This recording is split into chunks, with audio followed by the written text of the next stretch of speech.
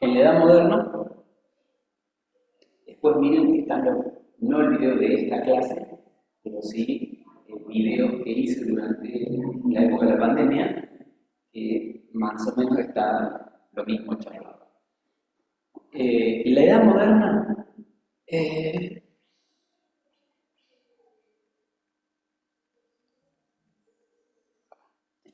así lo vemos con línea de tiempo.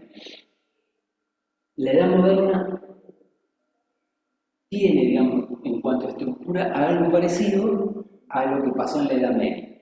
La Edad Media, digamos que en Europa, el control de qué se hacía y qué se dejaba de hacer estaba en manos de rey y clero. ¿Mm? Ah, cierto. Buen detalle. Es para que los que no vinieron no se enteren. La maldad funciona.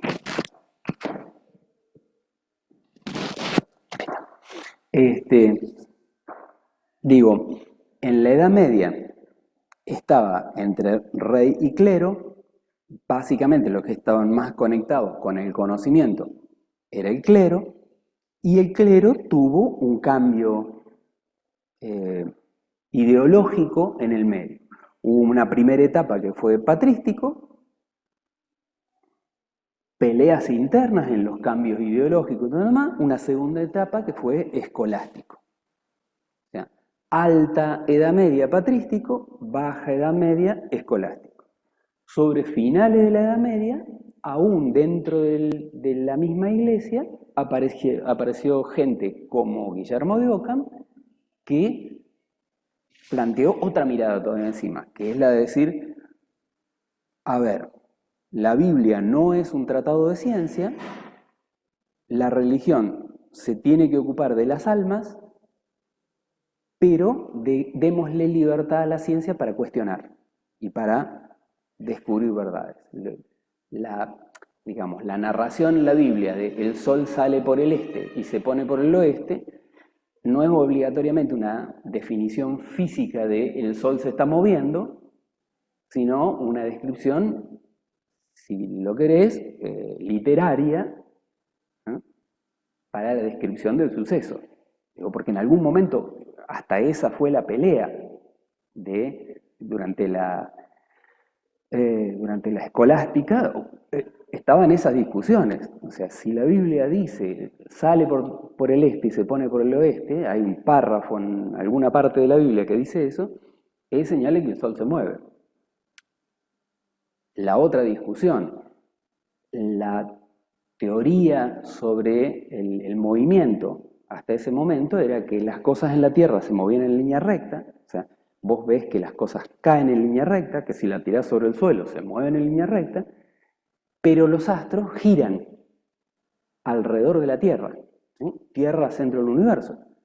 Entonces la discusión filosófica era si los ángeles volaban en línea recta o en círculos.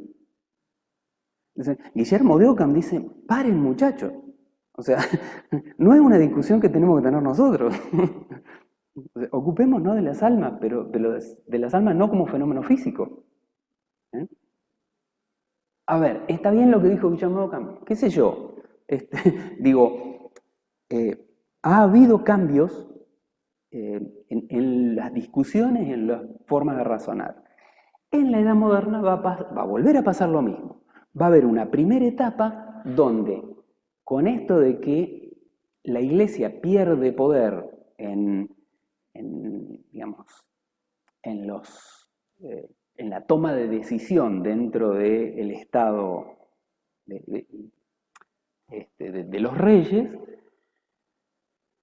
empieza a tomar más vuelo eh, las posturas de la burguesía. Y atrás de la burguesía, o alrededor de la burguesía trataba de hacerse de científicos o de gente, digamos, que buscara explicaciones a las cosas, básicamente porque eso le representaba plata. O sea, buenos resultados intelectuales son ganancias. Algo que a esta altura del partido cualquier líder político lo sabe.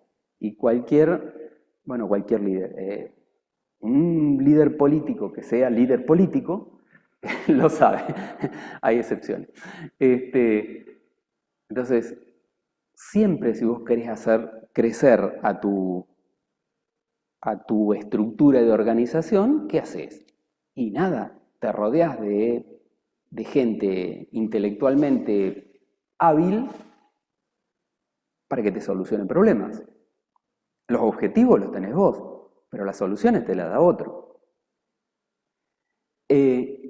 Así que durante todo lo que sería la alta edad moderna, o sea, la primera parte de la edad moderna, hubo todo un resurgimiento de todos los conocimientos griegos, unidos a los hindúes, unidos a los árabes, o sea, la matemática indoarábiga, más el álgebra sobre todo indoarábiga, más la geometría griega, otra vez a ponerlo arriba de la mesa y a hacerlo crecer. Eso durante la primera etapa.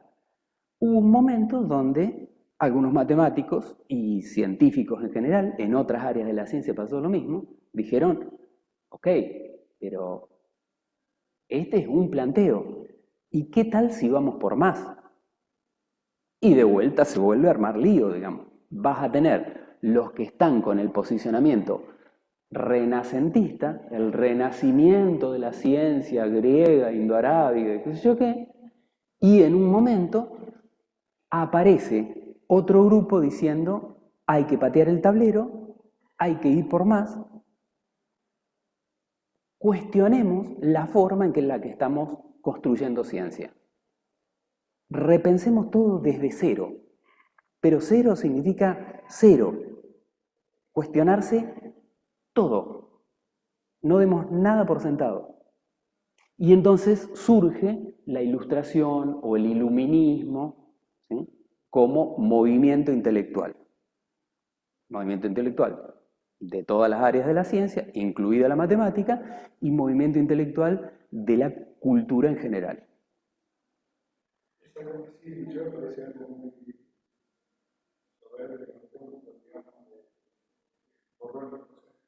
Borrar absolutamente todo lo que pasó, pensar todo desde cero. Bueno, ya vas a ver que esta ciencia, la que tenemos en la actualidad, surge a partir de esa concepción, del borrón y cuenta nueva. Y a ver, planta las bases del modelo con el que se maneja la ciencia hoy en día, que es la de cuestionarse todo. O sea, nada lo des por sentado. Construyamos sobre lo que hay. Pero cada tanto revisémoslo porque puede que hayamos cometido un error. O sea, hemos construido un edificio y ¿qué tal si un fierrito de la base está mal? Guarda, porque vos estás allá arriba y va a ser más grande el golpe. Si no te pones a controlar las bases, va a ser más grande el golpe si estás allá arriba que si estás en las bases. Entonces, esto de siempre dejar todo en tela de juicio. Esa movida va a estar como encabezada o, digamos, el representante de toda esa movida va a ser Descartes. ¿Sí? Descartes se escribe, ¿no? ¿Y el tipo qué va a hacer? Y bueno, había tanto conflicto entre si seguimos con la patrística, que el renacimiento, a quién le damos bolilla, cuál es el modelo de Dios que tenemos que respetar para pensar la naturaleza. O sea, empezaban a haber vertientes y qué sé yo, y el tipo dijo, bueno, construyamos de cero. A ver, pongamos axiomas de partida. A ver, y con esto no digo, bueno, a partir de acá arrancó el ateísmo. porque todos estos eran todos creyentes. En la Edad Moderna no había uno que fuera ateo. Todos creían. El problema es, ¿qué tomás como válido de todo lo que se dice? Porque todos tenemos un preformateo. O sea, nosotros todos tenemos una historia. Nos formó nuestra familia contándonos cuentitos y los tomamos como válidos porque eran cariñosos. Y nos formó la escuela contándonos otros cuentitos. Y nos formó el barrio y nos formó. Y de pronto vos estás parado acá con todas estas ideas. Y entonces vos tenés que decir, che, yo di por válido porque era mi familia, no me iba a engañar. Pero ¿qué tal si mi familia estaba engañada y no se dio cuenta? Y los del barrio, y toda la buena onda con la gente del barrio, pero y la escuela. ¿Cuántas cosas han dicho las maestras en la escuela que después hubo que borrar con el codo porque se descubrió? Digo, entonces empezás a cuestionarte y decís, bueno, ¿cómo armo un edificio de bases seguras? ¿Eh? Sin la mala intención, digo, porque Descartes era absolutamente creyente. Es más, el error en el modelo lógico que pone Descartes, el error es incluir a Dios. Digo, porque parte de premisas súper recontra básicas y al final dice, si Dios quiere. Entonces, te incluyó algo que se sale de una teoría axiomática, porque incluir a Dios significa decir, existe algo que no lo puedo probar, que además es todopoderoso, que además armó las leyes de todo el universo, que además es bueno, que es mucho como afirmación. Digo, no tiene que ver con que esté mal o esté bien. Digo, es que si vas a construir una estructura axiomática, vos tenés que decir lo que no necesita ninguna prueba porque es re obvio, ¿no? Casi que no tiene ni afirmación lo que estás diciendo. ¿Sí? Pero bueno, todo esto para decir, hubo como dos etapas. La primera etapa, que fue la del Renacimiento, básicamente los matemáticos se dedicaron a, aprovechando todo el conocimiento de matemática que venían trayendo de los griegos, de los hindúes, de los árabes y todo lo demás, a armar con eso un caudal de información para poder trabajar sobre cuestiones de comercio. Entonces, vos tenés matemáticos que se dedicaron a la trigonometría, como Piero de la Francesca. ¿Y por qué trigonometría? Y bueno, porque cuando vas en los barcos en el medio del mar, la única forma de orientarte que tenés es la brújula, que te mete errores, porque la brújula apunta al norte magnético y no al norte geográfico. Entonces, tenés corrimientos en la dirección y podés ir a parar a cualquier otro lado, porque los ángulos que te están marcando son incorrectos. Para distancias cortitas va a estar todo bien, pero vos te tenés que cruzar todo el Atlántico. Podés llegar a cualquier lado. Y la otra eran, algo que era mucho más fijo, las estrellas. Pero para guiarte con las estrellas tenías que poder hacer trigonometría. Entonces, ¿qué hacen? Y bueno, desarrollan una trigonometría un poco más fuerte. ¿Y qué más desarrollan? Y bueno, por ejemplo, no me quiero perder, ¿dónde está? Acá.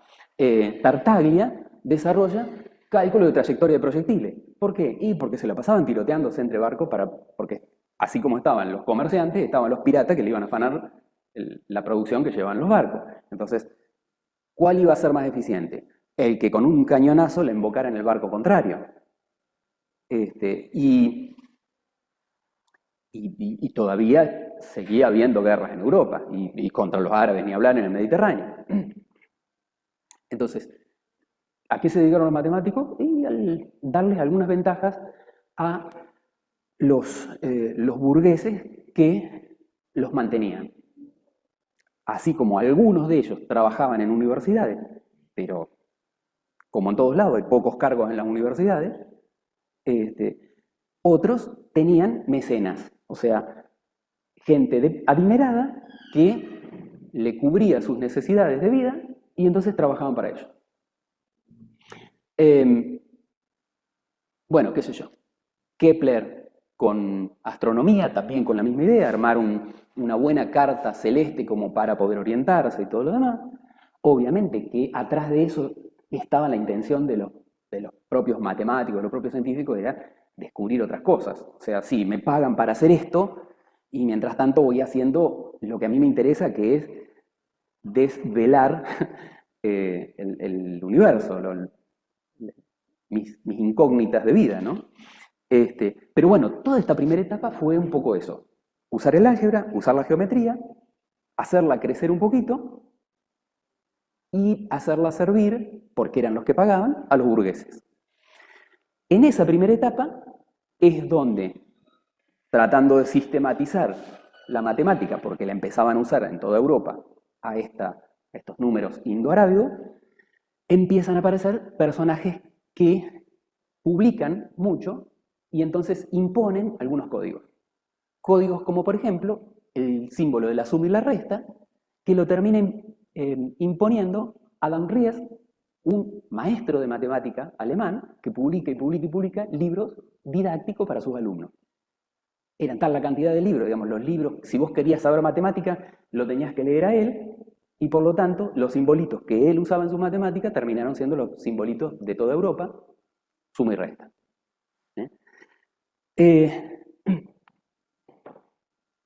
Una resta era una línea larga, larga, larga, y cuando no restabas, la tachabas. ¿No? Y así como eso, el signo igual, dos líneas paralelas que no se unen nunca, o sea, se mantiene, se mantiene, se mantiene, finalmente termina siendo igual una cosa a la otra, lo impone Record.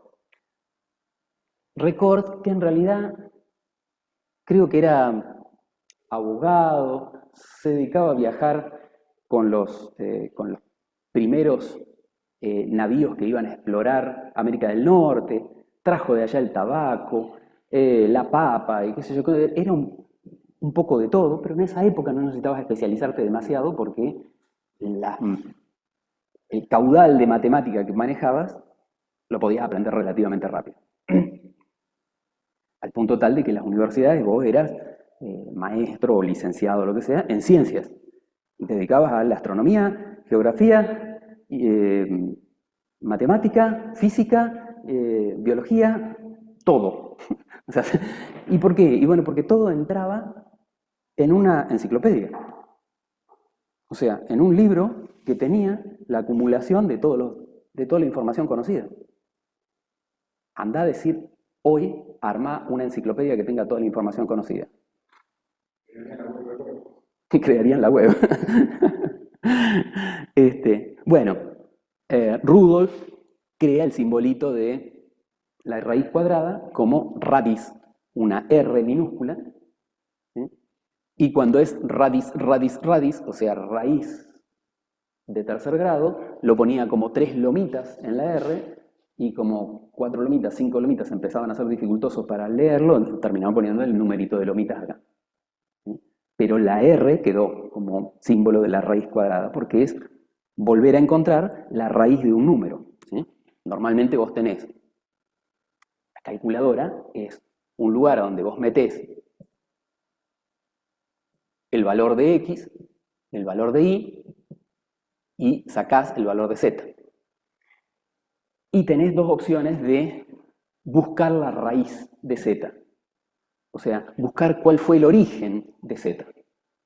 El origen, ¿alcanzás a ver? No me puedo estirar mucho más porque... ¿Cuál es el origen de Z? Y, una de dos, si vos el origen que buscás es la X, entonces tu caminito va a ser este. Esta sería la inversa. Claro, pero para obtener esta inversa le tenés que poner como dato la Y. Bueno, a este caminito es a lo que llamamos raíz. Buscar la raíz del número. Ahora, ¿qué pasa si lo que vos estás buscando es el numerito Y? Si estás buscando el numerito Y, la inversa es el logaritmo. Y le tenés que dar el dato de ¿qué? ¿De cuál es la base? X. Para el número Z, y entonces te va a devolver Y. O sea, en realidad, la potencia tiene dos inversas.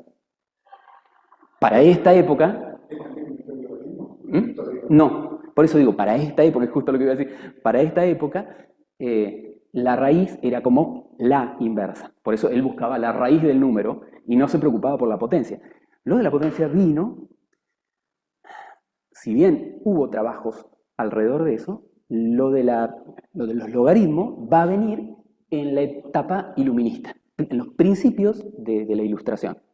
O sea, concretamente, uno de los que tiene peleas, y vuelvo a las discusiones intelectuales y emocionales de los matemáticos en esa época.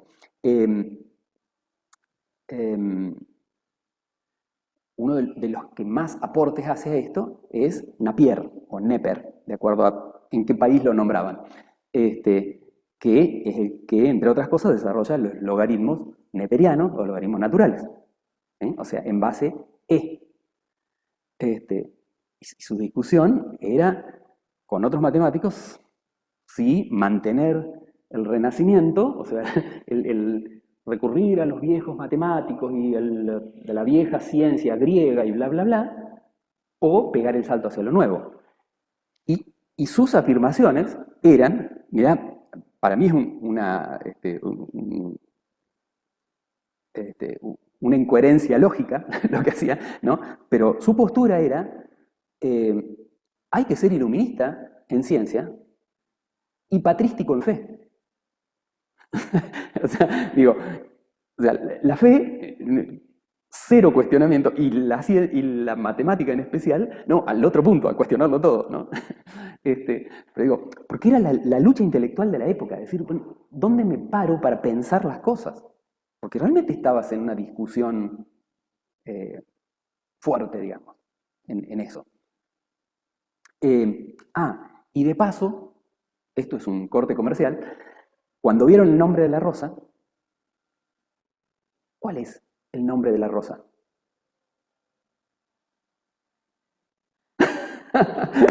Los maté con esa pregunta. O sea, ¿por qué se llama el nombre de la rosa? O sea, estamos hablando de muy encubierto. Humberto Eco, el escritor, está hablando de la vida de Guillermo de Ockham. Guillermo de Ockham que patea el modelo de Aristóteles y dice, no, pará, no es las cosas tienen justificaciones en entidades eternas que están ahí. O sea, el blanco existe, ¿sí? Y el blanco es una propiedad que vos tenés, si tenés color blanco, y o que tiene un cuaderno, ponele, porque a ese ser, cuaderno, lo distinguís por las cualidades que tiene. Una de las cualidades que tiene, que existe, es el blanco. Guillermo de Ockham va a decir, no, el blanco no existe. El blanco es un nombre. O sea, es nominalismo. Vas viendo cosas que tienen características, hasta que de tanta nómina, de tanta lista de cosas parecidas, vos sacás una abstracción a la que le pones nombre. Y entonces decís blanco. Pero nunca viste el blanco. Viste cosas parecidas al blanco. Y sacás una abstracción intelectual. Blanco. Entonces, Guillermo de Ockham se sale del modelo de las cualidades eternas sobre los seres para pasarse a los seres son en cuerpo y alma, pero las ideas no existen en ninguna parte. Las ideas son construcciones culturales de los hombres. Y le pones nombres. ¿Por qué? Porque una vez que armaste un montón de cosas parecidas, abstraes la esencia de eso y a eso le pones nombre. Por eso la corriente que surge con Guillermo de Ockham es el nominalismo. Esto de hacer una nómina y poner nombre. Película El nombre de la rosa. No se menciona en ninguna parte de toda la película esto de la rosa ni el nombre de la rosa. Habla de cómo, en sentido figurado, Guillermo de Ockham le va enseñando a su discípulo cómo enfrentar los fenómenos de la realidad, descartando cosas que no pueden ser, que no son causa probable del fenómeno. Entonces, en todo momento, el tipo le va mostrando esto no es el diablo. Acá, este se murió y se murió en serio. Alguien lo tiró adentro de la tinaja llena de sangre. ¿Eh? El otro se cayó por la ventana y rodó por acá. No es que voló por los cielos y apareció muerto. Acá están las manchas de sangre. ¿Eh? Y le encontraba una lógica de alguien que lo había empujado, porque si no, no hubiera rodado así. Entonces, le va mostrando en esto de su otra teoría fuerte, que es la de la navaja de Occam, la de descartar las variables que no influyen, ¿sí? Le va mostrando cómo pensar eso. Y el último instante de la película, cuando ya se van el maestro y su discípulo en los burros yéndose del monasterio, el discípulo, que es el que cuenta la historia ya de viejo, dice, nunca conocí el nombre de la rosa. La rosa siempre tiene que estar relacionado con el amor, con lo femenino y todo lo demás. Se había enamorado de una chica, súper pobre, muerta de hambre, y nunca pudo hacer una nómina de eso, porque después, como se dedicó a la religión, fue célibe. Entonces, no conoció el nombre de la rosa, no pudo hacer nominalismo para entender el amor carnal. Bien. Digo, tenés que haber leído, haber conocido qué era Guillermo de Occam y la filosofía de Guillermo de Occam, porque obviamente Umberto Eco es un escritor con mucho conocimiento.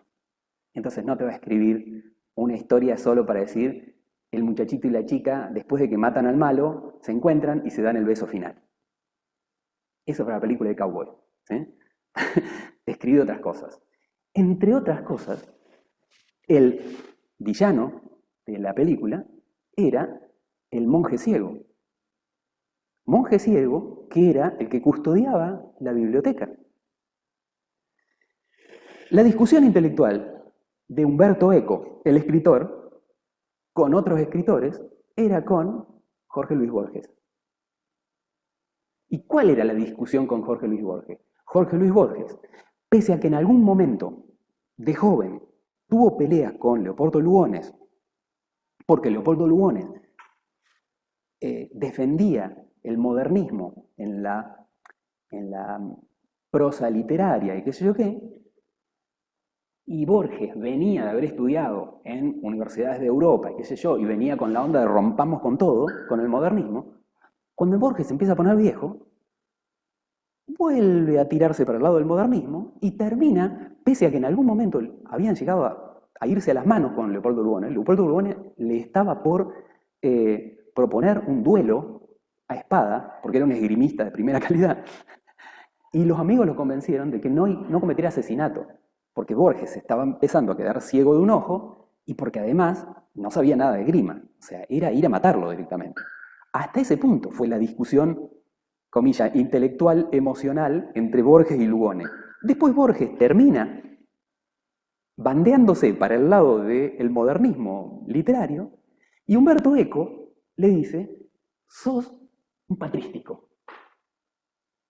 O sea, en vez de estar con una mirada más escolástica, o sea, de poner en duda la discusión, no, te quedás con los libros viejos, los tenés guardaditos.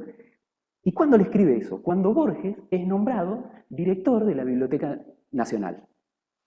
En el momento en que Borges es nombrado director de la Biblioteca Nacional Argentina, o sea, cuando está en contacto con todos los libros posibles, su ceguera empieza a aumentar tanto que su comentario es, ahora que los tengo a todos, solamente puedo acariciar los lomos de los libros. Ya no podía leer más. Pero Umberto Eco, de última, lo discute a Borges en esto de haberse quedado con una forma de escribir tradicional, pero más que tradicional, porque Borges, fíjate que todo está ligado con el Aleph, está ligado con los mitos griegos, con los mitos nórdicos. Es tomar la tradición y poner esa cuota de... Es una prosa, claro, es una prosa genial, es, digamos, Sarmiento. Yo con Sarmiento ¿viste? Tengo mis serios problemas, pero si tiene una pluma el desgraciado que es impresionante. Ahora, claro, lo que Humberto Eco dice, bueno, genial, eso está, pero ya está escrito. O sea, está bien, no hay que quitarle mérito a Borges. Pero dice, bueno, pero hay algo más para decir. ¿Sí? Y fíjate cómo el nombre de la rosa es un ejemplo de eso más para decir. Que el tipo empieza a cuestionar los modelos, las ideas, los pensadores de época. ¿Sí? Nada. A ver, después están los gustos literarios, que es otra historia. ¿Sí? Pero digo, era esa lucha entre lo patrístico y lo escolástico en literatura, ¿no? Entre la forma de escritura moderna, que se llamó moderna, a esto otro que es romper con el modernismo para salir de ciertos patrones limitantes, como por ejemplo la de la coincidencia de la rima. Y si ves la poesía más actual, la hacen rimar a veces y a veces hacen rimar simplemente la melodía. ¿Sí? O sea, el ritmo silábico de la frase y no que la última sílaba de la última palabra coincida con la del renglón anterior. ¿Sí? Pero bueno, nada, me acordé de todo ese lío, que es un corte comercial. Me acordé de todo ese lío porque digo, a ver, cuando empezás a poder mirar esos entre líneas en las películas, es como que la podés disfrutar más. Porque, porque ve otras cosas. O sea, no te quedás con el solo, uy, murió un cura ahí y ya van caminando, a ver dónde está el cura. No, no, no. Está el comentario de la enseñanza con el otro, el, el jorobado. ¿Lo perdieron? ¿Qué? El jorobado de la película era un ex militante de una corriente de la iglesia que quería hacer pomada todo, que después fue resguardado y lo dejaron ahí en el monasterio, qué sé yo, pero en un momento lo cuestionan, no me voy a acordar cómo se llama la corriente. Esta de pobre extremo. O sea, Claro, no, pero no solamente que eran con votos de pobreza, qué sé yo, sino que además querían hacer pomada a todo la Santa Inquisición, a todo el sistema de poder, a ir y acuchillarlo, ¿viste? No, no era que iban por menos, ¿viste? Por eso digo, esta cosa de un pilón de corriente, y todas esas están metidas en la trama, que obviamente cuando no las conoces, te pasan re inadvertidos en la película. creo que verdaderamente los signos me quedó de vuelta. En el todo de manera mejor los signos más o menos Sí. igual. Chile, los árabes, los judíos, como Había mucho en la escritura matemática, mucho literario. De hecho, lo habíamos charlado la vez pasada, ¿sí? Con ellas no lo charlamos, y esto es bueno, pero no sé si voy a llegar.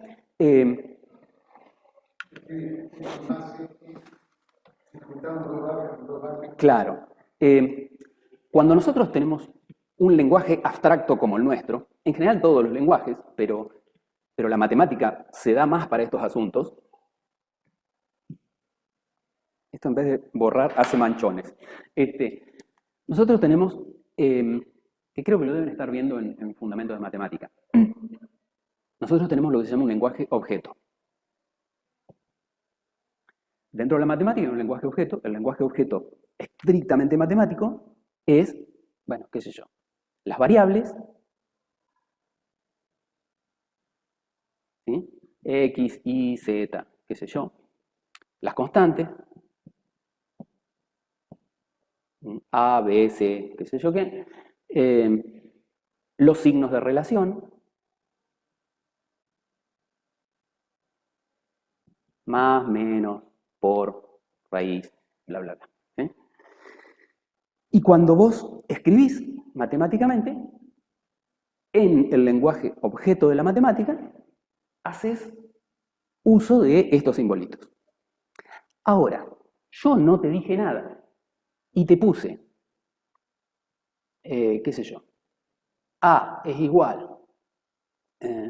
a B por X al cuadrado, hice uso del lenguaje objeto, y vos me decís, sí, es una cuadrática. Y yo estaba queriendo decir otra cosa. Entonces, yo te voy a decir, bueno, mirá, A es igual, lo que trato de expresar con esta constante, vamos a poner en vez de A, I, ¿sí? Lo que trato de expresar con esta variable I es la superficie de un círculo. La variable B, la constante B, en realidad es 3,14, 15, 9, 27, no sé qué más. Y el valor X es el radio del círculo. Y entonces después vos lo traducís a superficie igual a pi por radio al cuadrado. ¿Sí? Si yo te trabajo en el lenguaje objeto, lo más probable es que solo lo entienda el que lo está escribiendo. Entonces, nosotros, además de usar el lenguaje objeto, usamos lo que se llama un metalenguaje. ¿Sí? El metalenguaje es esto que acabo de hacer. O sea, una explicación del lenguaje objeto o de la interpretación del lenguaje objeto, dicho en otro lenguaje que me resulte más familiar. En este caso, el lenguaje literario en castellano. ¿Sí? Siempre estamos jugando con eso en toda la ciencia. ¿Sí? ¿Por qué? Y porque cada vez que vos le pones un peldaño más de abstracción a la ciencia y tenés que definir esas nuevas entidades que pusiste en tu nuevo modelo más abstracto. Porque si no, se van a quedar en banda todo lo que te estén escuchando. O sea, hablas para vos nada más. Entonces, siempre las ciencias tienen un lenguaje objeto y un metalenguaje como traductor del lenguaje objeto hasta que te hagas te familiarices con la abstracción del lenguaje objeto y te sirva para hablar para vos. Pero cada vez que tengas que comunicárselo a otro, lo vas a tener que traducir. La hice larga, pero en realidad es para decir, por esa época todavía no tenían desarrollado un lenguaje objeto. Entonces, casi todo lo que iban haciendo era una cosa muy charlada en metalenguaje. Y esos y por ahí alguno tenía un lenguaje objeto, pero era propio, ¿no? Y cuando se lo iba a pasar a otro, simplemente se lo escribía en metalenguaje, porque si no tampoco lo iba a entender. No había algoritmo, por ejemplo, sumar un romano, 4 más 1, romano. El algoritmo para sumar en romano. Olvidate. No, contaba con los dedos. No. No, porque además no le encontrás regla posible para sistematizar una suma en romano. Porque vos decís, ok, si yo digo un 5 más 3, está fenómeno en romano, porque pongo la B y los 3 palitos, 8, y lo leí. 4 más 1 se te pudrió. ¿Sí? O 8 más 1. ¿Sí? Digo, ya no sigue la regla, entonces tenés que poner más excepciones que reglas. Entonces, no, nada, contaban con los dedos, con ábacos, y resolvían así. Y después lo traducían a números romanos. Pero... Bueno, la estoy haciendo larga toda esta.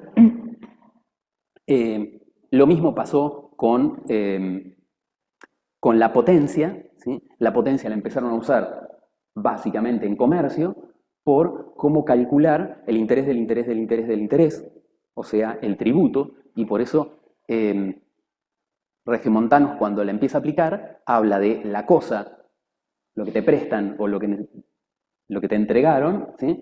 Y el census, o sea, el tributo o la valoración, para decir la potencia. ¿Sí? Y ahí surge, digamos, en el comercio eso, y después va a tener su correlato en simbolismo, ¿sí?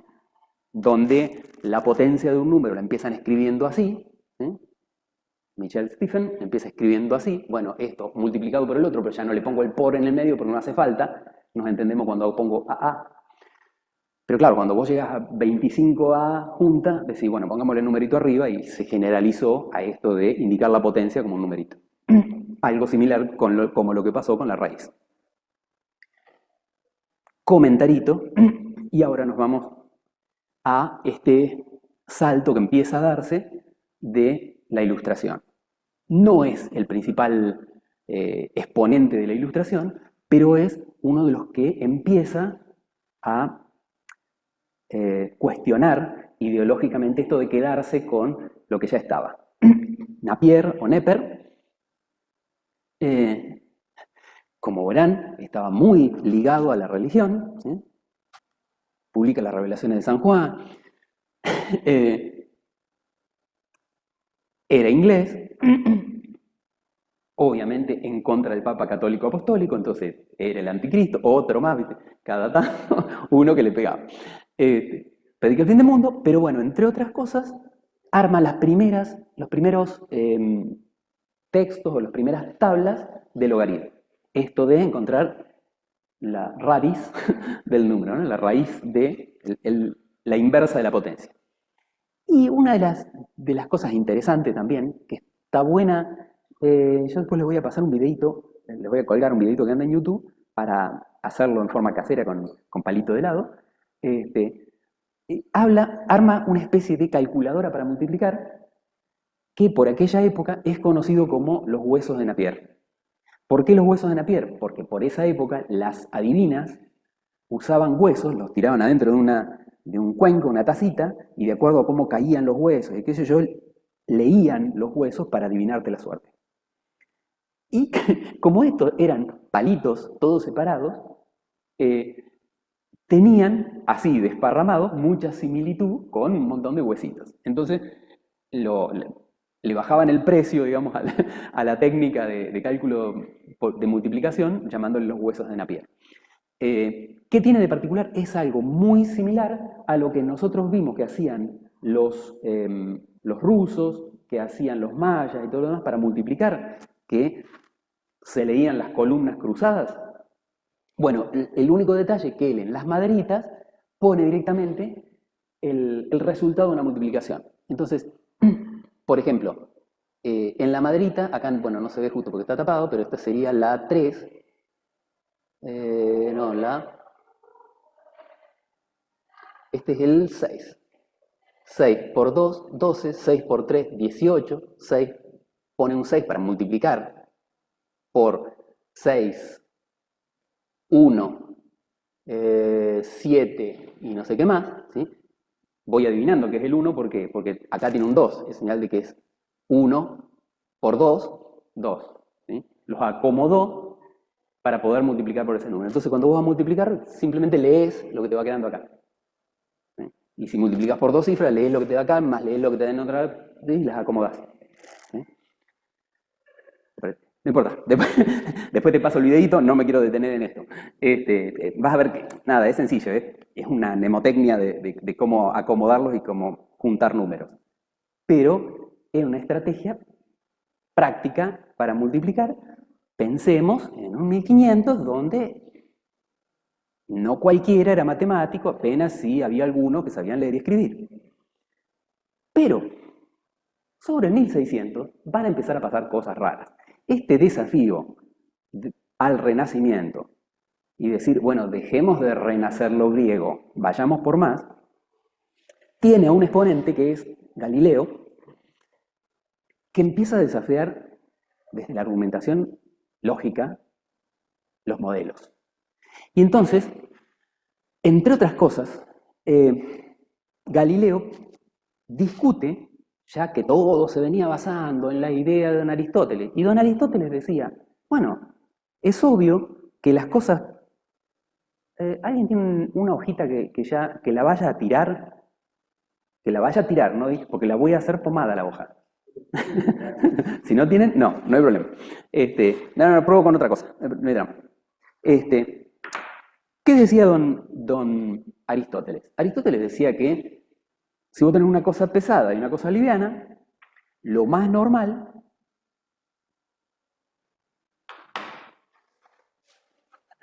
está buscando desenfrenar.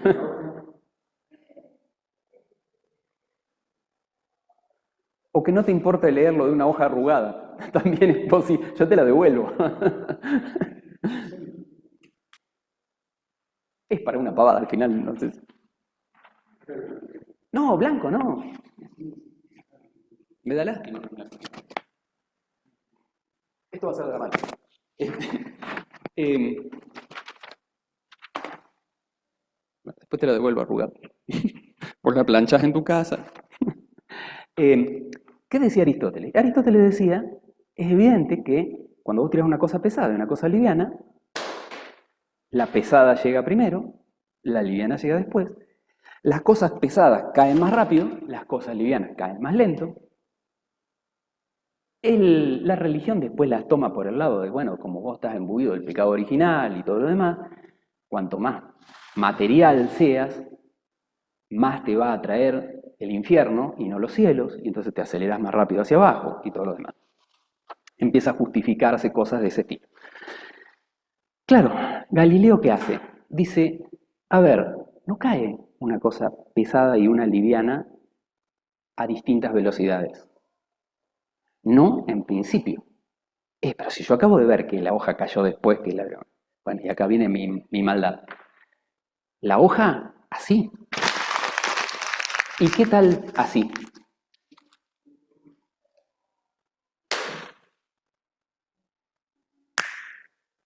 Entonces, ¿cuál es el planteo después de experimentar? Y ver que tenés que deshacerte, navaja de Occam, de una de las variables que es rozamiento con el aire. Claro, ¿cuál es el problema? Experimentar no era válido. ¿Por qué no es válido experimentar? Y porque si el mundo está munido del pecado original, cualquier cosa que vos hagas sobre la materia te puede inducir errores. ¿Por qué? Y bueno, porque el diablo está en la materia. No por nada se crearon algunas corrientes religiosas que se flagelaban a sí mismos para sacarse la maldad del cuerpo. ¿Sí? ¿Qué hace Galileo? Galileo, desde la lógica, ya que no podía argumentar desde lo experimental porque la experimentación no estaba bien vista, desde la lógica, ya te lo devuelvo. No, para que la recuerde. Era esa maldad nada más. Porque la confianza también de los griegos, la explicación, de acuerdo con todos los fenómenos, los errores, podría inducir la experimentación, los espejismos, de cosas que uno podría ver, Claro. y sensiblemente, la imposibilidad de llegar a cosas que no se tocaban en cosas sensibles. Sí. A ver, la ciencia siempre tiene esa duda encima. Siempre estamos frente a la duda de, ¿y qué tal si lo que estamos diciendo? O sea, ¿qué tal si la lógica que tenemos en nuestro cerebro para hacer matemática no está bien? ¿Qué tal si lo que nosotros consideramos que es re lógico y re válido, que no tiene punto de discusión porque, o sea, una suma tiene que ser así? ¿Y qué tal si el problema es que nuestra cabeza es la que nos está engañando y funciona mal? Y no es tan así hacer sumas. Si es un invento que nos cerró por consenso, por qué sé yo qué, pero en verdad, visionar es otra cosa. Ya va a venir. Pero la cuestión es que don Galileo tenía que refutar esto de un lugar que no fuera experimental. Entonces dice, ok, don Aristóteles. Así que una cosa chiquitita cae con una velocidad chica. Y una cosa grande cae con una velocidad grande. Perdón, una cosa grande cae con una velocidad grande. ¿Qué tal si pego a las dos? La grande con la chiquita. Uno podría decir, bueno, como pegás la grande con la chiquita, ahora van a tener mucha más masa que la más grande y por lo tanto van a caer más rápido. Sí, pero yo también puedo decir, como la chiquita cae más despacio y la grande cae más liviano, cuando las pegue, por lógica, van a caer a un promedio de las velocidades. Y también es un razonamiento válido. Tengo dos razonamientos posibles que me llegan a dos conclusiones diferentes. ¿Cuál es el válido? Y entonces Galileo ahí saca la carta y dice, hay que experimentar. Era toda una pelea para la época. En el medio de eso, un holandés, Lipsen, viene con un telescopio para mostrárselo a el rey, el conde, no sé quién, de Italia. Galileo se entera, le chusmea el telescopio, fabrica un telescopio él por su cuenta, se lo hace hacer, y con ese telescopio empieza a chusmear y empieza a ver los cráteres de la Luna. Y cuando empieza a ver los cráteres de la Luna, empieza a dibujarla. Y a dibujar los anillos de Saturno. Y a dibujar las sombras que ve en Marte. Y publica eso. Imagínense lo que es cuando vos todavía estás creyendo que esas cosas brillantes por ahí arriba son no sé qué. Peor, son cosas divinas, ¿sí?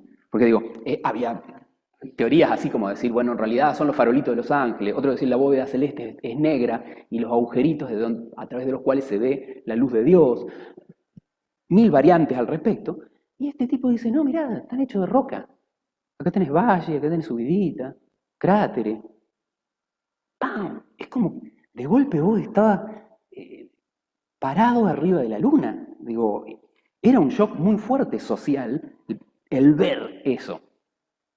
Así que el tipo se hizo re famoso, fue el bestseller de la época, su libro Mensajero de los Astros.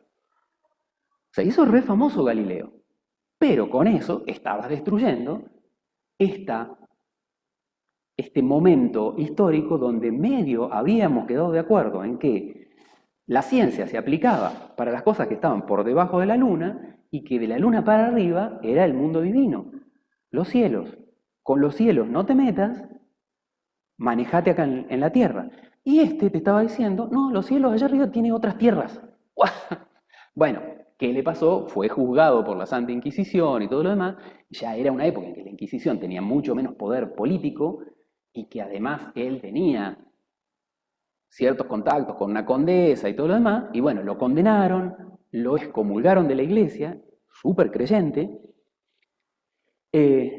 pero lo mandaron recluido a una quinta en la que se la pasó hasta que se murió. Galileo recién es perdonado en el 88, por ahí, 1988, por Juan Pablo II, me parece que ya estaba. Sí. Pero la cosa es que el tipo empieza a escribir, a partir de esto, de estudiar mucho la caída de los cuerpos, una ecuación con la cual calcular cuánto tiempo tardaba en función de cuánta distancia recorría. Una cosa que la soltaba con velocidad cero.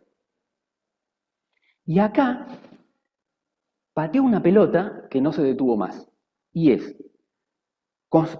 constatamos que tenemos, digamos, que vamos haciendo bien las cosas desde lo experimental, pero modelizamos matemáticamente para describir sucesos. Cuando a él lo condenan y lo encierran en esa quinta, creo que era su propia quinta, le ponen un guardia y todo lo demás, entre comillas, le dan mucho tiempo para pensar cosas y escribir. Tenía prohibido escribir, tenía prohibido que sus escritos salieran de la quinta. Pero, época de ocultismo, masonería, influencia, qué sé yo, sus escritos van a parar a todos los ocultistas de todos los países de Europa. En astronomía se venían dando ya de hacía mucho, pero ahora con esto de decir, bueno, vamos a justificarlo científicamente como sea necesario, o sea, recurramos a la ilustración, a la iluminación de la mente y no a lo que nos dijeron antes que teníamos que pensar, venía sucediendo cosas bastante feas con Martes. Martes mirado desde la Tierra, vos lo ves avanzar a lo largo del tiempo, ¿sí? Acá lo ves el 15 de octubre, al revés, 1 de abril, mayo, 1 de mayo, junio, julio, agosto, septiembre, octubre. ¿Cómo que retrocede? Esto en astronomía se llama una retrogradación. Claro, los griegos lo venían explicando con que los planetas giraban en círculos en los que había otros círculos girando sobre ellos. Círculos encastrados unos en otros. Porque la única forma de giro posible era el círculo. No hay discusión de eso porque los cielos son perfectos. Punto. Y lo perfecto es el círculo. Punto. Ahora se empiezan a poner en cuestión estas cosas. Entonces, ¿de dónde viene una retrogradación? Círculos sobre círculos. Círculos con centro en un lugar donde no hay nada. Porque una cosa es que vos me hables de que algo gira alrededor de la Tierra, Tierra el centro del universo, y entonces vos decís, el planetita está acá. Y otra cosa es que vos me digas, no, sobre este punto imaginario, a su vez hay otro giro así, y el planeta está girando sobre un segundo círculo. Entonces va y vuelve, va y vuelve, va y vuelve y hace retrogradación, mientras a su vez se desplaza en el círculo. Geométricamente, con este modelo, vos podías encontrar esos puntos. O sea, podías fabricar un modelo predictivo. Pero era muy loco pensar que había puntos imaginarios en el cielo sobre los que giraban los círculos perfectos. Entonces, es una cuestión ideológica la toma de decisión de decir vamos a plantear otro sistema solar. O sea, otro sistema de explicación de los movimientos de los planetas. Porque ni siquiera todavía era sistema solar. Estaba en discusión. El Sol no estaba muy del todo de acuerdo con que fuera el centro. Copérnico, una de las cosas que hace es plantear como un sistema matemático más simple y con centros de giro en cosas existentes, no puntos teóricos abstractos, esto de pensar, bueno, el Sol es el centro. Y empieza a demostrar también matemáticamente esta cuestión del giro de los planetas alrededor. Pero las retrogradaciones estaban complicadas para hacer esas demostraciones. El que le sigue alrededor de eso es Tycho Brahe, que, como tuvo mucha influencia con el rey de su época, se construyó una isla donde puso un observatorio. Piensen que los observatorios en esa época todavía no eran telescopios, eran observatorios donde ponías fierritos que te marcaban dónde estaba la cosa y medías ángulos. Entonces podías hacer cartas celestes y predicciones y todo eso. El discípulo de Tycho Brahe, Kepler.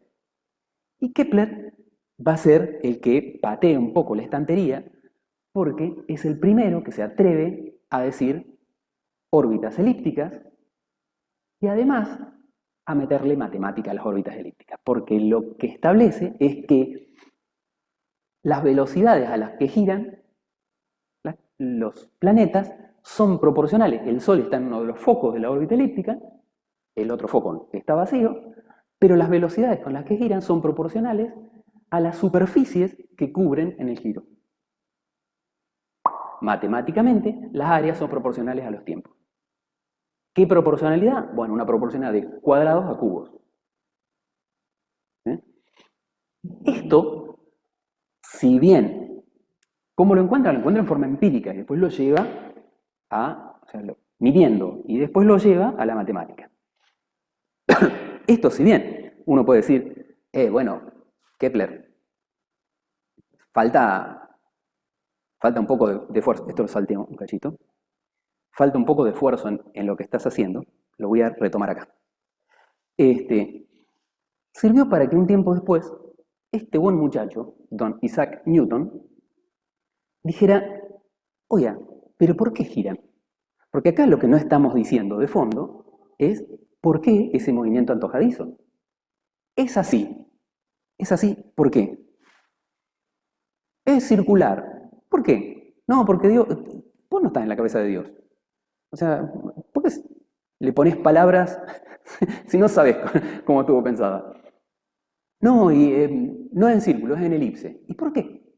O sea, decirme que son círculos o que son elipse es decirme más o menos lo mismo, o sea, desde el fanatismo. Dame un porqué, dame una explicación a que las cosas funcionen así. Y Newton lo que plantea es, debe haber una ley única, muy ligado a esta corriente ocultista, masonería, de plantear que las leyes de Dios y las leyes del universo tenían que ser homogéneas, se tenían que poder cumplir en todos lados, porque si no, no había omnipresencia. Digo, fíjense cómo todo termina siendo ideológico. La búsqueda, la respuesta son ideológicas. Porque vos encarás por un caminito, porque te pinta que ese caminito tiene respuestas. Y eso es ideología. Entonces, Newton, ¿qué dice? Bueno, esta cosa que nos pasa en la Tierra, que ya la estuvo viendo Galileo, de que las cosas se caen en línea recta, o sea, de que las cosas se aceleran, cambian la velocidad hacia abajo, van cada vez con una velocidad más grande, también debe estar sucediendo en los cielos. ¿Y por qué cambian las cosas la aceleración hacia abajo? ¿O por qué las cosas se aceleran? Bueno, primero lo ponen en una mesa y dice, bueno, una pelotita, yo la dejo arriba de la mesa y no se acelera. Para que se acelere tengo que meter una fuerza. Entonces, lo primero que establece como básico es que las fuerzas, la suma de todas las fuerzas externas que vos pongas, van a ser proporcionales a las cualidades de la cosa que quieras mover, la masa que tenga, y eso le va a generar una aceleración. Y lo que el tipo dice es, esto es bidireccional. Una fuerza genera una aceleración y una aceleración genera una fuerza. O sea, si yo trato de frenar algo que viene acelerado, o lo trato de desacelerar, me genera una fuerza. Anda a frenar una hamaca que viene con un nenito y va, ¡ping!, ¿sí? Te tira al diablo. Entonces, fuerza implica aceleración, aceleración implica fuerza. Ok. ¿Y las cosas que se mueven en el cielo, qué? Bueno, ¿qué tal si entre las cosas hay atracción?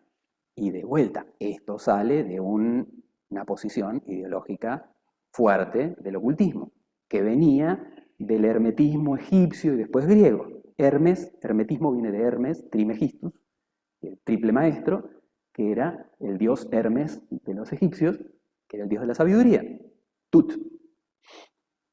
Hermes para los griegos. El planteo que era, cosas iguales se atraen, cosas opuestas se atraen. Filosofía que después se continúa dentro del cristianismo como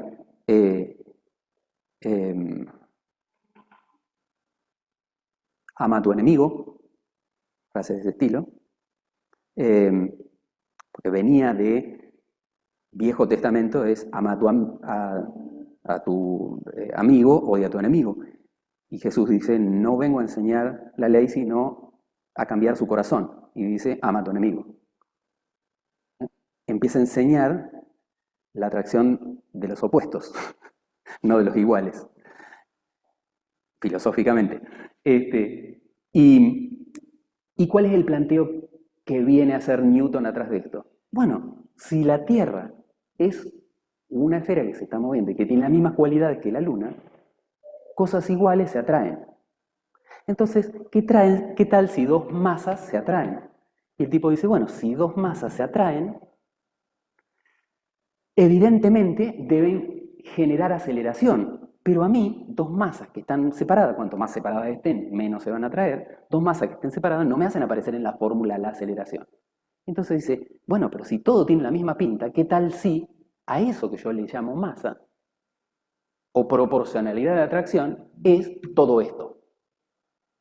O sea, una constante que yo hago de adaptación, la masa de uno de los cuerpos y la distancia en la que está. Todo esto le llamo cualidad acelerate. Y me queda de la misma forma que esta otra. Fuerza es proporcional, proporcionalidad masa, a la aceleración y masa. O pensémoslo así, para que quede más parecido. ¿Sí? A todo esto como aceleración. ¿Sí? O sea, termina teniendo la misma pinta. Entonces lo que él dice es, wow, entonces la aceleración que yo tengo entre dos masas es producto de la interacción entre masas. Ok, me produce una aceleración para allá, pero el cuerpo tiene velocidad para allá. La Luna se trata de ir en línea recta, igual que las cosas en la Tierra. Pero como la aceleran para acá, o sea, le cambian la velocidad para acá, se va para un costado. Pero ahora que va para un costado, como la aceleran para allá, se tuerce la velocidad. Y ahora se tuerce la velocidad y se tuerce la velocidad. O sea, la aceleración lo que hace es cambiarle la dirección a la velocidad. Mantiene el valor del vector velocidad igual, pero la dirección del vector se va torciendo. Y entonces lo que encuentra es que la ley que se cumplía en la Tierra de aceleración de las cosas en forma lineal justifica la aceleración centrípeta de atracción hacia el centro que hace que las cosas giren en derredor de los cuerpos. Esto va a generar una crisis terrible. Newton, creyente, pero lo que acaba de demostrar es que esta división entre el mundo de los cielos y el mundo de la tierra no estaba más. Galileo ya había dicho, las cosas que andan flotando por allá arriba son rocas, y este lo que dice es, la ley que se cumple acá en la tierra también se cumple allá arriba. O sea, es todo lo mismo. No hay una zona de Dios y los ángeles y una zona de la gente de la tierra. Unificó las leyes. Y para colmo, la interpretación de esto te dice, la causa de que las cosas estén animadas no está adentro, sino afuera. Las fuerzas externas son las que producen las aceleraciones. ¿Sí? Lectura filosófica de lo que el tipo estaba diciendo con la matemática. Digo, cuando uno hace matemática, no es solo metalenguaje. ¿Sí? Es ideológica. A ver, no sé si era algo a donde él quería llegar, pero llegó a eso. O sea, a este cuento de decir, yo no crezco espiritualmente por mí mismo. Crezco porque los de afuera me influyen. Porque hay un alguien de afuera que me jode, me pincha, me desafía, me cuestiona, me pone en movimiento. Yo no cambio las ideas si lo único que recibo son ideas mías. Porque yo siempre voy a estar de acuerdo conmigo mismo. Va, casi siempre. Ahora no, por ejemplo. Pero digo, el planteo filosófico atrás de esto, que parece una pavada, dice, che, Newton se dedicó a hacer movimiento de los astros, ¿ya es la hora? ¿No? Porque se pone inquieta y, bueno, ya la conozco. Entonces digo, empieza una crisis fuerte. Newton lo que acababa de decir es, primero, las leyes en el universo funcionan para todo igual, pero además de que funcionan para todo igual, y que el mundo, el universo, no el mundo, el universo es mecanicista, o sea, yo puedo encontrar una relación entre las acciones que ocurren y las causas, acciones, aceleraciones, causas, fuerzas, o al revés, acciones, fuerzas, causas, aceleraciones, sino que también, todavía encima, esta cosa de todo interactúa con todo para que evolucione, o para que crezca, o para que se modifique. O sea, esta idea es lo que a partir de acá se va a llamar mecanicismo. Y que va a explotar muchas cabezas, incluso la de Newton. Si eso era poco, me vuelvo un cachito, un tiempito antes que Newton, y después lo termino de relacionar, un tiempito antes que Newton, también cuestionándose sobre lo mismo, Descartes dice, esto que estábamos charlando hace un ratito, ¿cómo hago yo para asegurarme de que lo que estoy diciendo tiene algún asidero? Porque lo que vengo diciendo con la matemática es lo que venían diciendo los griegos, los árabes, qué sé yo. O sea, es su construcción. O sea, ¿qué te garantiza de que la construcción de ellos con su ideología no tiene mucho impregnado de posicionamiento? Digo, el cero lo construyeron porque creían en los ángeles, o bueno, en el nirvana, o traduzcámoslo al pensamiento hindú o budista, ¿sí? Pero digo, bueno, y entonces, pero mira lo que hace Descartes, que está bueno. Después podemos pelearnos con Descartes, la ciencia se ha peleado con Descartes, ¿sí? O sea, fue un buen puntapié el que dio. ¿Qué hace la ciencia? Lo discute. La ciencia nunca te va a decir, qué bueno, sigamos por ahí. Te va a decir, lo voy a pensar. Y te va a venir con cuestionamientos, porque el objetivo no es conformismo. El objetivo es que cuando vos me tiras algo, a mí me genere cuestionamientos. Y cuando yo te tiro los cuestionamientos, a vos te genere argumentos. Y crecemos los dos. Esa es la estrategia de la ciencia. Sócrates diría, tantas vueltas dieron para llegar a la misma, dialéctica. ¿Qué le dije yo? Dialéctica. ¿sí?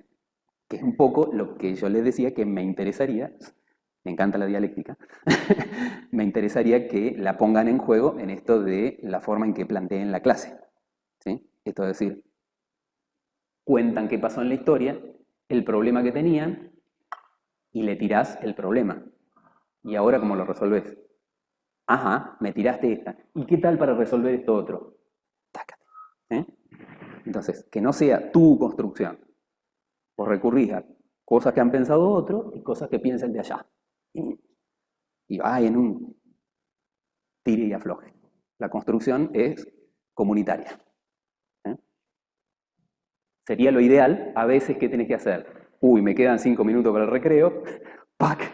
Se resuelve así y salen todos disparando al recreo. Digo, una cosa va a ser el idealismo de lo que uno intenta hacer, en la práctica, bueno, nada, lo resolves como podés, vas a tener un programa de cosas por dar y algunas las vas a poder hacer, dar dialécticamente y otras vas a tener que darlas a los piques porque si no, no te alcanza el año. ¿Qué hacemos acá? Ya que tenemos opciones de hacer cosas, ensayemos. ¿Sí? Variantes. Descartes. ¿Qué plantea Descartes? Voy a poner en duda absolutamente todo. ¿Y por dónde empiezo a ponerlo en duda? ¿Por qué le tengo que creer a mis sentidos? O sea, cuando yo digo que toco, ¿estoy tocando? Bueno, Descartes no iba a hacer estos planteos, pero digo, si lo hacemos en nuestra época actual, ¿en serio vos, cuando apoyás tu dedo sobre la mesa, estás tocando? Porque digo, fíjate que, no me acuerdo si te lo conté cuando ibas. Tus dedos están formados por atomitos. Imagínate que todo esto es tu dedo. Y acá tenés la mesa. Y la mesa también está formada por atomitos. Y los atomitos tienen núcleo positivo y electrones alrededor. Y estos también. O sea que cuando estos se empiecen a arrimar, los electrones que están alrededor, repito, los electrones que están alrededor se van a ver obligados. Miren que esto lleva mucha concentración. Los electrones que están alrededor se van a ver obligados a acercarse a los otros electrones. Cargas iguales, negativo con negativo se repelen. Y por lo tanto, cuanto más cerca intentes estar tu dedo de la mesa, más repulsión vas a tener. Si lo llevamos a una ecuación, nos va a decir que cuando se toquen, en realidad la fuerza de repulsión es infinita. Una mentira grande como una casa, no existen, no existen en la naturaleza las cosas ni infinitas ni ceros. ¿Sí? O sea, cada vez que una ecuación matemática que te describe algo de la naturaleza te da esos números, o sea, cada vez que vos llegás a una discontinuidad, a un infinito, una cosa así, tenés que empezar a desconfiar de que en esos lugares están ocurriendo otras cuestiones. Que hay salvedades que vas a tener que aplicar porque ahí no funciona. No me quiero ir por ese lado, digo, cuando vos intentás tocar la mesa, repulsión de electrones, nunca tocas la mesa, claro. Lo que está sucediendo, que vos decís, la toco y yo siento que la estoy tocando, vos lo que sentís es la fuerza de repulsión de los electrones de la mesa, que te están empujando para arriba y te achatan el dedo, pero nunca la tocaste. Descartes no lo sabía, pero Descartes se lo puso en duda. O sea, ¿qué garantía tengo de que mis sentidos, de que mi sistema nervioso funciona bien? ¿De que estoy tocando? ¿Qué garantía tengo de que mi ojo funciona bien? ¿Están ustedes ahí? Porque digo, mi ojo también es un sistema nervioso, ¿sí? Tengo un montón de celulitas que reciben luz y cuando reciben luz generan un pequeño shock eléctrico que lo recibe una neurona y la neurona va pasando el shock y llega a mi cerebro un shock eléctrico. O sea que lo que está pasando en mi cerebro es que recibo shock eléctrico de todo un sistema neuronal, pero no es ni esto, ni lo que toco, ni lo que olfateo, ni lo que degusto. ¿Por qué tengo que confiar en que todo esto existe? ¿Y si es una gran telenovela que me estoy haciendo en mi cerebro que recibe impulsos y nada más? Peor, ¿y qué tal si en realidad mi cerebro ni siquiera recibe impulsos? ¿Qué tal si este sueño de creerme todo esto no es ni siquiera un sueño mío? Es un sueño de un Dios, de una entidad superior, que me está soñando. ¿Qué garantía tengo de que algo es real. Y entonces, Descartes va a decir algo que después, una frase que después se la va a tomar a la ligera, y es, pero estoy dudando. Si dudo, no soy el sueño de alguien, porque el sueño de alguien no duda. A lo sumo duda el creador, pero no el sueño. Yo dudo. Si dudo, existo. Después te lo traducen vulgarmente como pienso, luego existo. Pero en realidad es darse cuenta que vos podés partir de lo que se conoce como la duda metodológica. Y es, si soy capaz de dudar, es porque existo. Y va a ser la clave de la ciencia. Todo se pone en duda, duda metodológica. La ciencia a partir de ahí tiene un método. Descartes escribe un libro que se llama El método y que plantea la duda metodológica. Si vos querés hacer ciencia, ok, tenés todas las ideas de fe que quieras, pero si haces ciencia, dudás. ¿De qué? De todo. ¿Terminaste de hacer ciencia? Vos decís, me calzo de vuelta todo mi equipamiento de fe y salís con fe al mundo. Pero para construir ciencia, dudás. Ahí es donde se abren definitivamente ciencia y fe. Niega todo lo que no pueda afirmar sobre alguna verdad absoluta previa. ¿Sí? Y claro, y ahí va a empezar el gran choque. ¿Por qué? Porque el tipo dice, ok, yo lo único que puedo decir que verdadero es, ok, pienso o dudo, luego existo. Bien, si yo existo, entonces todas las percepciones pueden estar desfiguradas, pueden hacer lo que sea, pero las percepciones que yo tengo, este dudador que tiene percepciones, también existen. Puede tener errores, digamos, es como, no sé, una lente, que vos podés tener aberraciones, te pueden salir todo deformado, qué sé yo qué, ok, puedo estar recibiendo deformada la realidad, pero hay una realidad del otro lado. ¿Cuál realidad? La que yo percibo. Hasta ahí, el tipo va construyendo una teoría en base a lo básico, que me di cuenta que yo pienso, o que yo dudo. ¿Sí? Acá es donde el tipo rompe esa hegemonía lógica del modelo.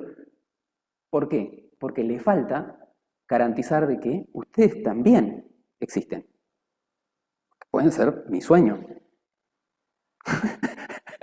¿Cómo frunce la cara? Pueden ser... Todo muy loco. No, pero digo, suena loco, pero lo mismo va a hacer Frege en matemática cuando plantee los fundamentos de la matemática. Va a decir, a ver, si yo voy a construirla, yo no puedo partir de decir, el 1 existe. ¿Por qué? Porque me pinta que está bueno tener un 1 por ahí. No, lo construye. ¿Sí? Y va a ser un análisis más, digo, no en el mismo camino, pero más o menos parecido en esto de decir, bueno, ¿qué tal si planteo que no? ¿Sí? Construye una lógica para poder demostrar que el 1 está. ¿Sí? El logicismo es eso. La construcción de toda la matemática basada en la lógica. Pero bueno. Y en la lógica, a partir de Frege, también se empieza a dudar. ¿Por qué? Porque Frege abre un camino que es, hasta ahora lógica era lo que decía Aristóteles, ¿sí? Que eran silogismos. Implica B, Cuando Frege dice, mira, atrás de Frege viene Gödel.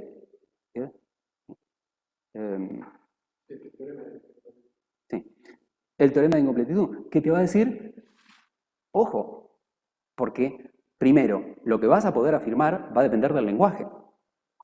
Y por lo tanto, si construís otro lenguaje, va a poder decir otras cosas.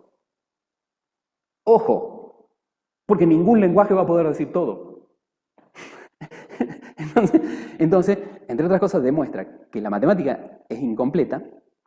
Esto no la hace mala, ¿sí? Que haya incompletitud. Después vamos a ver, en teoría del lenguaje, para cuando miremos qué pasa con Frege, en teoría del lenguaje, esta incompletitud podés considerarla salvable de alguna forma. ¿Sí? Es incompleta desde el punto de vista lógico, Lo que no quiere decir que, bueno, tiremos la matemática porque no sirve para nada, ¿está bien? Sirve, tiene algunas limitantes. No, pero hay algo más. Es algo para cortar con el consenso en torno a la ilustración. A ver, hay algo mal en todo, porque lo que te va a demostrar el teorema de completitud es que todos los lenguajes son incompletos. O sea pero ya lo vamos a limitar, porque digo, cuando vos tirás una frase como esta, pienso, luego existo, te sirve para que cualquiera salga diciendo cualquier cansada al respecto. Cuando decís, todos los lenguajes son incompletos, sirve para que cualquiera salga. Digo, cada vez que vos haces una afirmación, tenés que saber que esa afirmación tiene un contexto. ¿Sí? Tiene un montón de variables acotadas ahí, en este contexto funciona. No puedo decir esa palabra, esta onda que por ahí usan mucho la gente de las artes. Todo es relativo. Entonces hago cualquiera y no es para pegarle a los artistas, me encanta que hagan cualquiera, pero digo, todo es relativo, es una frase que viene del relativismo físico, que es aplicable a ver qué pasa cuando vos te parás de distintos puntos de observación y qué sé yo qué, para describir sucesos. Eso no implica que el relativismo de pararte de otro lugar implique subjetivismo. O sea, lo pienso como se me antoja, total, todo es lo mismo. No. Entonces, acotar en contextos cada vez que uno dice una cosa, porque si no es como que también es como un vale todo. ¿Sí? Así que, entre otras cosas, yo les abrí el capítulo este de Edad Moderna y les colgué el discurso del método, que es el librito que larga, es cortito. Ya sé que no lo van a leer ahora, pero ahí lo tienen. Bájenselo por las dudas. No, es real, digo, está con otras materias, tenés que rendir, todo eso, no les estoy pidiendo maravilla. Pero digo, está bueno, así para un momento de crisis filosófica, leérselo. Bueno, y entonces, entre otras cosas, lo que plantea es la definición axiomática y las derivaciones lógicas para llegar a verdades. Por esta época no se cuestionaba el que no se pudiera llegar a verdades absolutas a través de una derivación lógica. Esta duda sobre la lógica va a venir después. De hecho, para Descartes es axiomático, la matemática es el lenguaje de Dios y por lo tanto es perfecto. Digo, por eso es que yo lo critico desde este lugar, o sea, está tratando de abrirse de una postura dogmática y en el medio su propio dogmatismo lo hace pisar el palito e incluirlo, ¿está bien? Y somos todos un poco así, porque todos tenemos nuestro corazoncito en determinadas creencias y cuando hacemos cosas, aunque tratamos de aplicar un método y qué sé yo, está la ideología, está la de elegir por qué camino demostrar, elegir para dónde ir a buscar. Y eso es tu emocionalidad. Entonces, la ciencia siempre está jugando con esto de hasta qué punto no le metiste cerebro límbico a lo que estás haciendo, y no todo método y axioma y derivación lógica y qué sé yo. ¿Sí? Así que digo, estos dos fulanos, Newton y Descartes, son los que van a romper, decime que ya es la hora. No, bueno. Ustedes dicen, ¿por qué no es la hora? Ya llegamos, ya nos quedan 10 minutos. No. Digo, estos dos tipos son los que van a romper a romperlo definitiva a ese paradigma del Renacimiento, de los padres de la matemática tienen razón, lo relaciono muy con esto que hacía la Iglesia, ¿no? La patrística y la escolástica, los padres de la matemática tienen razón, y va a decir, bueno, nosotros también podemos aportar algo. ¿Y cuáles son los dos pilares que plantean estos dos muchachos? Bueno, Descartes diciendo, tenemos que arrancar desde la matemática y la lógica demostrando todo. Nada se da por sentado. Porque si damos algo por sentado, le metimos cabeza. Le metimos nuestro dogmatismo, aunque no sea religioso, nuestras creencias, nuestras sensaciones, nuestra emotividad, nuestra formación previa de una escuela que nos trajo hasta acá, pero que no hay garantía. Pero considera válido las malas acciones. Pero considera válido finalmente las malas acciones. Los axiomas, bueno, a ver, Descartes va a plantear esto de poner axiomas. Y los axiomas tienen que tener cualidades estas de ser lo mínimo, de lo mínimo, del mínimo, de lo más obvio, ¿sí? Y tener la mínima cantidad de propiedades posibles. O sea, tienen que ser afirmaciones elementales, ¿sí? Elementales, digo, que no representen nada, ¿sí? La cosa mínima, mínima. Y desde ahí construir por derivaciones lógicas. Frege... Existe el conjunto vacío.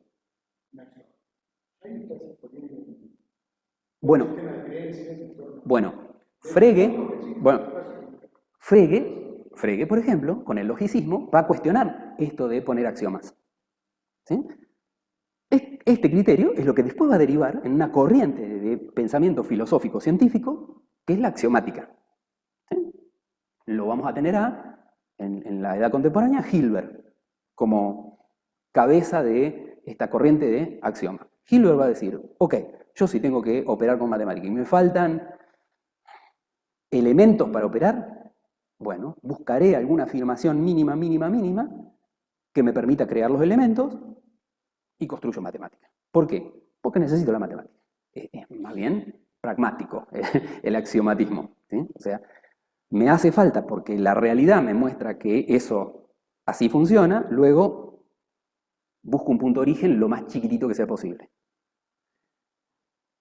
¿Qué va a decir Frege? Esto que ustedes están viendo en Fundamento.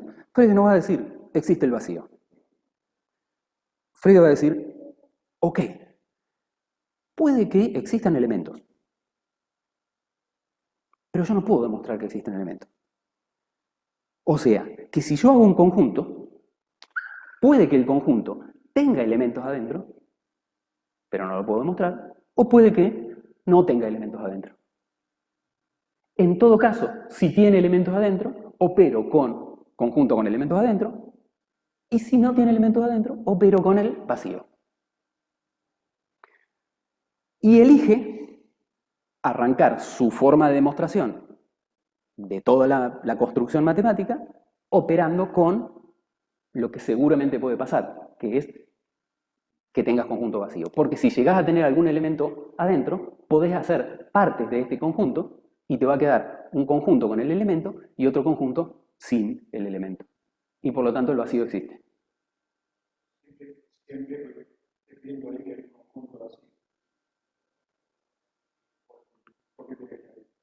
Porque en el conjunto de partes, lo que había ya lo pusiste en una de las partes y otra te queda sin lo que había. Y a eso lo definís como vacío. ¿Sí? ¿Está? Lógica. ¿Sí? Después podés ponerle el análisis práctico de la cosa. Porque de hecho, durante la Edad Media y gran parte de la Edad Moderna, por ejemplo, la discusión sobre el atomismo como idea, porque estaban dos posturas. ¿Cómo es la naturaleza? ¿Es un continuo? O sea, si vos partís la cosa vas a poder seguir partiendo infinitamente, y cuando te encuentres con casi nada, lo vas a poder partir en dos, y cuando tengas la mitad de casi nada, la vas a poder partir en dos, y a la mitad de casi nada, la vas a poder seguir partiendo en dos, y nunca te vas a encontrar con nada. Siempre va a haber una hilachita que la vas a poder seguir partiendo en dos. Entonces, el universo es continuo, que se veía con muchas dificultades para explicar las propiedades de la sustancia, como combinar cosas y qué sé yo, por esto del continuo, y los que sostenían, desde los griegos, ¿sí? Empédocles ya decía atomismo, y obviamente se le oponían todos. ¿Por qué el problema del atomismo estaba mal? Porque decía, bueno, la cosa está formada por pequeñas partículas. Claro, pero si hay pequeñas partículas, también hay espacios donde no hay pequeñas partículas. Espacios vacíos entre las pequeñas partículas. Bueno, pero si hay pequeños lugares donde no hay nada, hay lugares donde Dios no tiene potestad. porque no tiene nada sobre lo cual influir. Entonces no puede existir el vacío. Y fue una discusión, digo, en esta etapa de la escolástica con la lógica y todo lo demás, respecto de cómo interpretar el mundo, fue una discusión terrible, el continuismo y el atomismo. En su momento, durante la Ilustración, va a aparecer un Pascal, que yo lo dejé ahí, lo pasé medio de largo para poder seguir con esto, que además de hacer cosas en matemáticas, va a hacer un experimento donde hace vacío. O sea, donde logra sacar el aire y generar un lugar donde no había nada. O sea, más que sacar el aire, en realidad es el tubo de mercurio. ¿Sí? Llena un tubo con mercurio, lo da vuelta, abre la salida del tubo de mercurio y el mercurio baja hasta cierto lugar y no sigue bajando. Queda la columna con un montón de mercurio y todo el resto sin nada, porque no le había entrado nada ahí. Entonces, demuestra que pudo crear un lugar con vacío. Y después la demostración de, bueno, por qué el mercurio se mantiene en todo ese espacio, y en realidad porque el peso de todo el aire que está alrededor hace que el mercurio suba, en cambio el vacío de aire que hay acá adentro no lo empuja para abajo. Y entonces esta cosa de la presión atmosférica y todo lo demás, ¿no? Todo eso surge con Pascal y esta discusión sobre el vacío o no vacío. ¿Sí? Pero la discusión básicamente digamos, ideológica entre la ciencia y la religión venía por el lado del mundo material. El vacío en el mundo material y esto de la potestad de Dios y todo lo demás. Lo que va a hacer Frege es mirar desde la lógica el que si tenés elementos, vos haces conjunto de partes de esos elementos, y uno de los elementos del conjunto de partes va a ser un conjunto que no tenga nada. ¿Sí? Pero también es una definición lógica eso. Entonces a partir de ahí dice, bueno, yo voy a operar sabiendo que por lo menos estoy seguro de que el conjunto vacío me va a aparecer. Que me aparezcan elementos, yo no estoy seguro de que haya elementos. Porque si estoy seguro de que hayan elementos, digo, bueno, hago un isomorfismo entre los elementos y los números, y ya está, y ya creé los números. Que sería una forma práctica para crearlos. Pero el tipo dice, no puedo hacer semejante afirmación de que existan los elementos en matemática. Entonces, parto de la existencia del vacío, pero ese axioma de el vacío existe, Frege no lo plantea como un axioma a lo Hilbert o a lo Descartes.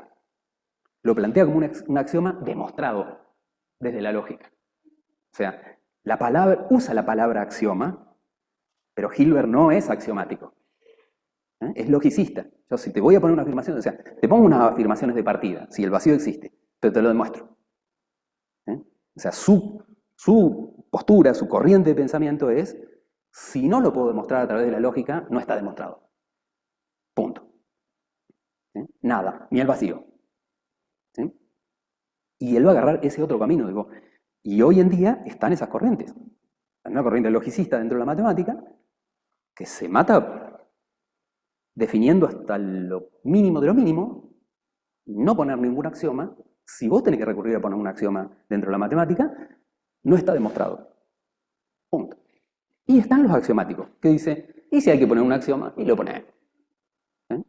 ¿Por qué? Y porque cuando yo construyo con ese axioma, construyo una matemática que es coherente y que funciona cuando la pongo en acción para describir cosas en la realidad. ¿Qué sé yo? Yo desde lo axiomático hice la teoría de la gravedad y la teoría de la gravedad anda. ¿Y que le voy a sacar el axioma si está andando perfecto? ¿No jorobamos? Bueno, son dos posicionamientos totalmente diferentes. Por eso es que la matemática tiene filosofía atrás. Y sus intentos. Don Pascal tiene una vida muy así discutida entre el Renacimiento y la Ilustración. Una pelea en su cabeza, esas cosas. Y entre otras cosas, construye calculadoras mecánicas con engranaje al estilo de Arquímedes. ¿Se acuerdan? La máquina de Anticítera. Nada, hace retiros espirituales. anda ahí, ¿no? Fluctuando entre cosas, pero entre otras cuestiones, esto de descubrir el vacío. Esto que ya habíamos charlado. Y cierro con esto, así damos como un cierre a toda esta cosa. Para poder demostrar este movimiento de los planetas en círculos, ok, la idea está buena, pero el planeta no anda a los saltos. El planeta se mueve en un movimiento bien continuo y proporcional. Entonces yo tengo que poder construir la posibilidad matemática de sumar vector más vector, pero microvector más microvector. O sea, tengo que poder crear sumas continuas, no sumas algebraicas de factores macroscópicos, sino suma de infinitésimos. Entonces, ¿qué hace don Newton? Se fabrica una matemática para hacer eso. ¿Sí? Con Newton surgen las integrales, las derivadas, los límites. Y algo muy parecido hace a la par Leibniz. Sin tener contacto con Newton, sin nada que ver, pero ve la necesidad de incorporar eso a la matemática, la suma de cosas que tengan variaciones continuas. Nos queda la notación de Leibniz, que es la que usamos nosotros, no la de Newton, básicamente porque Newton se tarda 4 años en publicar, él no quiere publicar, yo ya les había comentado en otra oportunidad, y no quiere publicar porque era gay en Inglaterra, con todo el peso que eso significaba en esa época, aún sigue, era un retraído total, se mantenía encerrado en su casa, no salía, no publicaba, no nada, y hizo miles de descubrimientos en todas las áreas de Newton, en el tema luz, difracción de la luz, bueno, les comentaba en algún momento, hizo análisis de que las pirámides habían sido construidas por Sumerio y no por Egipto. Bueno, digo, se metió en 1000 rubros y no publicaba nada. Después, que salió Leibniz publicando eso, se pasó el resto de su vida renegando y mandándose cartas con Leibniz, qué sé yo, peleándose, porque él lo había descubierto antes. Quedó súper resentido, porque matemáticamente esto era una explosión, un golazo intelectual, y los méritos se los estaba sacando Leibniz porque había publicado antes. Bueno, nada, anécdota y pelea.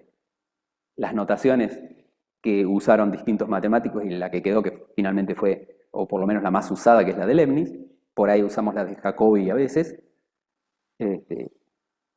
Cuando yo empecé en la facultad, usaba la de Lagrange también, no sé si ustedes la usan, sí. Nosotros porque empezamos estudiando análisis 1 con un libro de matemática que era El Rey Pastor. Ladrillo como él solo. Rey Pastor es uno de los matemáticos españoles que en medio de todos los líos de la Revolución Española, lo que se llama la Guerra Civil Española, después la Segunda Guerra Mundial, y qué sé yo, se viene para Argentina.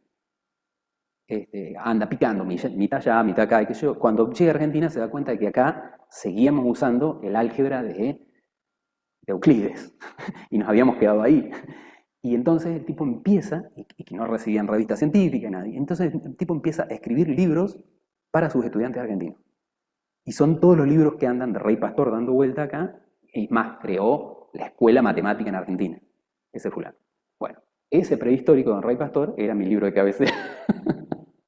Imagínense.